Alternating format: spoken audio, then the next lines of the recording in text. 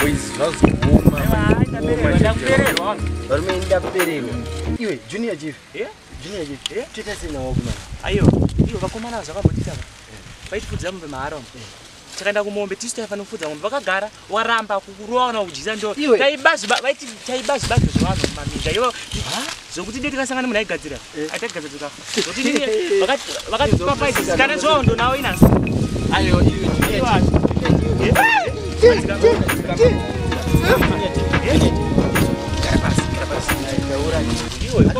mira handitisu village mafia munomu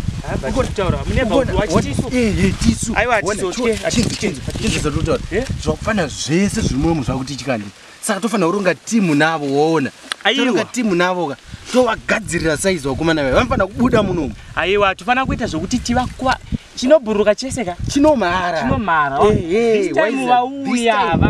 vauya kwatiri tikwapedzera ndondo vari kufanira sira kwatiri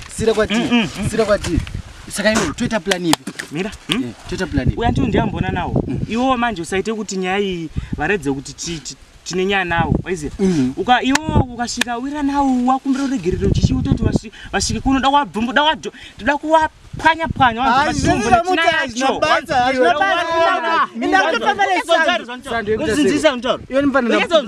uri mukadzi here mira ndiudze uri mukadzi here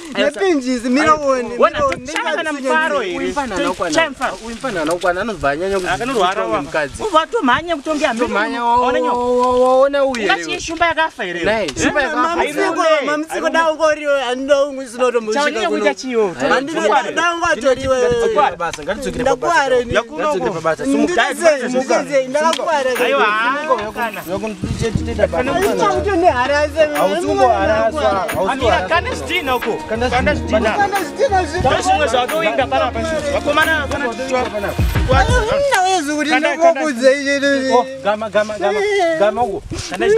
ndokutema manje exercise wanda simba ukona simba tikusinda kwanza wakomana wedu kuita zvauzi kutosimba usinoikuona mbavha yakamhanya unoda kutaura kuti vai vakomana vaya vane basa